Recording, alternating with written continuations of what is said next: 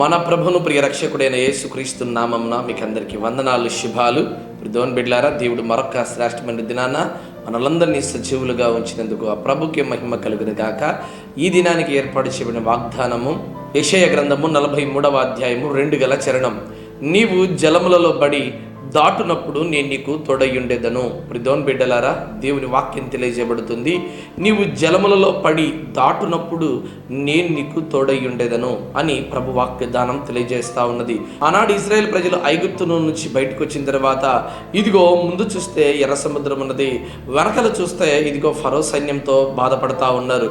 చూడండి, ఆ ప్రజలందరూ మరలా ఎక్కడ చూశారంటే ఐగుప్తులో అక్కడే మనకు బాగున్నది, అక్కడే మన జీవితం బాగుండేది అనేటువంటి మాట అంటున్నారు.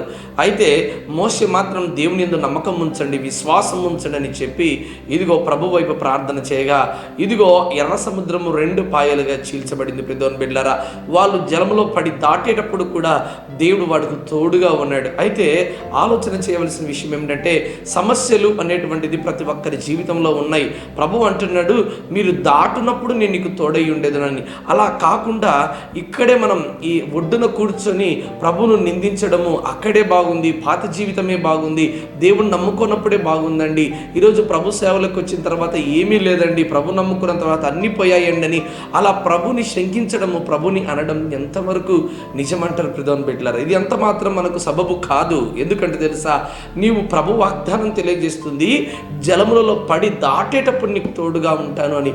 కష్టాలు వచ్చినప్పుడు కష్టాలు ఎందుకు వస్తాయంటే నిన్ను పరీక్షించడానికే, ఆ పరీక్షలో నువ్వు గెలవడానికే కదా. అయితే పరీక్ష రాయకుండా ఎగరగొట్టేవాడు గొప్పవాడా, పరీక్ష రాసిన వాడు గొప్పవాడా? చూడండి, అబ్రహాము గారి జీవితంలో ఒక పరీక్ష, ఇదిగో నీ కుమారుడిని తీసుకొని వచ్చి నాకు బలిగా పెట్టమని. అయితే ప్రభు చెప్పిన మాటకు అబ్రహాము గారు ఏ మాత్రము కూడా వెనకడుగు వేయకుండా తన బిడ్డను దేవునికి బలిగా పెట్టడానికి సిద్ధపడ్డాడు, అడుగు ముందుకేసాడు. అందుకే దేవుడు అతనికి తోడుగా ఉన్నాడు. ఈరోజు జలములలో పడి దాటేటప్పుడు దేవునికి తోడుగా ఉంటాడు. కష్టాలలో శ్రమలు వచ్చాయని వెనక వైపు చూడకు, పాత జీవితాన్ని వైపు చూడకు, మరలా అక్కడే ఉంటే బాగుంటుంది, ఐగుప్తులో ఉన్నట్టే బాగుంటుంది అని ఆలోచన చేయకు. ముందుకు సాగాలి. ముందుకు సాగితే దేవుడు నీకు తోడుగా ఉంటాడు. ఈరోజు నీ జీవితంలో అనారోగ్య సమస్యలా, ఆర్థిక పరిస్థితులా, నువ్వు చేసే ఉద్యోగంలో నీ బాస్ నేను బాధ పెడుతున్నాడా, లేకపోతే ఎక్కడ ఏ స్థితిలో ఏ సమస్యలో ఉన్నావో తెలియదు, కానీ ప్రతి సమస్యకు ఒకే పరిష్కారం. అడుగు తీసి ముందుకు వేస్తే దేవుడు నీకు తోడుగా ఉంటాడు. అడుగు తీసి వెనకలకు వేసి ప్రభుని అవమానపరిస్తే దేవుడు ఎంత మాత్రం నీకు తోడుగా ఉంటాడు ప్రియమైన బిడ్డలారా. కాబట్టి ఎంత కష్టం వచ్చినా ప్రభు వైపు అడుగులు ముందుకు వేసి సాగండి. దేవుడు తప్పకుండా ఘనమైన కార్యములు చేస్తాడు. నువ్వు చూడలేని గొప్పైన దీవెనలు ఈ దినాన్ని దేవుడు నీకు దయచేస్తాడు. అలాంటి దీవెన, ఆశీర్వాదము దేవుడు ఈ దినానికి దయచేయును గాక. ఆమేన్.